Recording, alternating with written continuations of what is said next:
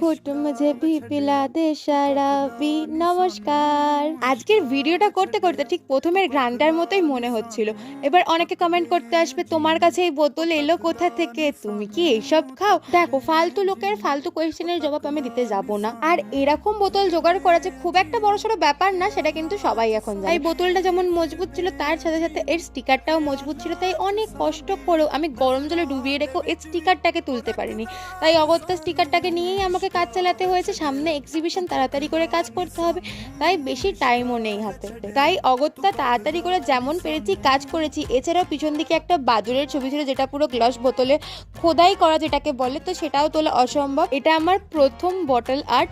I hope so next বার থেকে হয়তো আরো ভালো হবে। আর বোতল আর্ট করে আমি এতটা মজা পেয়েছি, তো কারোর বাড়িতে এরকম বোতল থাকলে প্লিজ আমার সাথে কন্ট্যাক্ট করো। বাই বাই, দেখা হচ্ছে পরের শর্টসে। আর সাবস্ক্রাইব করে নিও প্লিজ। দো ঘুট।